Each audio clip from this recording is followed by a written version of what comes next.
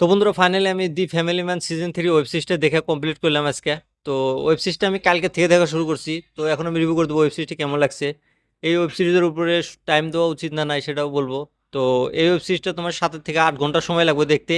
তোমার হলো 7টা এপিসোড, একটা এপিসোড তোমার 50 থেকে 55 মিনিটের এপিসোড। তো এই ওয়েব সিরিজটা কেমন লাগছে সেটাই আলোচনা করবো তোমাদের সাথে। আর এই ওয়েব সিরিজের ডিরেক্টর হলো তোমার হলো রাজেন ডিকে। এর আগে যেগুলো সিজন 1 সিজন 2 আছে সেগুলো কিন্তু খুব সুন্দর ছিল ওয়েব সিরিজগুলা। আমি ভাবছি যে তাদের লেভেল দিনে দিনে বাড়তেছে, কিন্তু সিজন 3 দেখে আমার মনে হয় এখন লেভেল তাদের কমে আসতেছে। কারণ সিজন 3-তে খুব মানে রাইটিং কমজোরি আছে তাদের।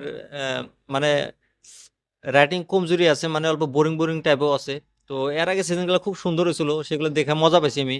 তো এই ওয়েব সিরিজটি কেমন হচ্ছে সেটা বলবো, আর কাহিনীটা কি সেটা বলবো। এই ওয়েব সিরিজের মুখ্য চরিত্রে আছে তোমার আহ, মনোজ বাজপেয়ী আর হলো জয়দীপ আলাহাবাদ। তো কাহিনী ওইটাই, ওই লোকটারই, শ্রীকান্ত তিওয়ারি। তাকে এবার নতুন মিশনে পাঠানো হয় নর্থ ইস্টের নাগাল্যান্ডে। তো সেই নাগাল্যান্ডে যাওয়ার পরে সেখানে ডাক্স মাফিয়ার সাথে মানে মুঠভেড় হয়ে যায়। তো তাদের ফ্যামিলিও আছে এবার, কিন্তু ফ্যামিলির উপরে টার্গেট করে।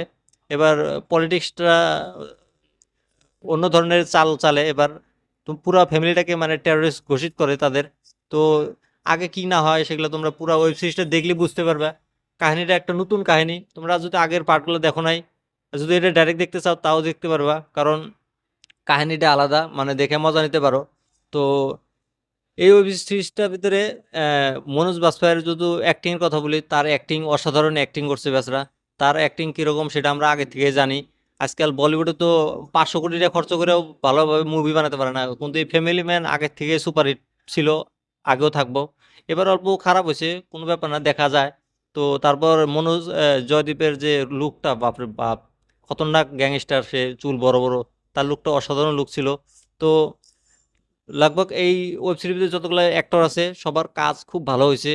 আর অ্যাকশন সিনের কথা যদি বলি, অ্যাকশন সিনগুলো খুব সুন্দর হয়েছে। আগের গুলোর ভিতরে অ্যাকশন সিনগুলো খুব সুন্দর ছিল, এবারও অ্যাকশন সিনগুলো সেই সুন্দর আছে। আর নর্থ ইস্টের যে ভিজুয়াল গুলা বা লোকেশন গুলা খুব সুন্দর, সেটা আমরা জানি।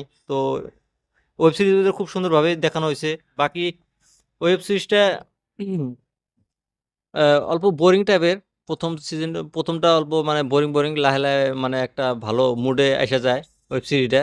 তো তোমরা যদি চাও ওয়েব সিরিজটা ওটিটিতে যায় দেখতে পারো, দেখে আমাকে কমেন্ট করে বলো তোমাদের কাছে এই ওয়েব সিরিজটা কেমন লাগছে। বাকি আমার এই রিভিউটা তোমাদের কাছে কেমন লাগছে কমেন্ট করে বলে দিও। আর এরকম রিভিউ দেখার জন্য আমার এই ইউটিউব চ্যানেলটা সাবস্ক্রাইব করে দিতে পারো।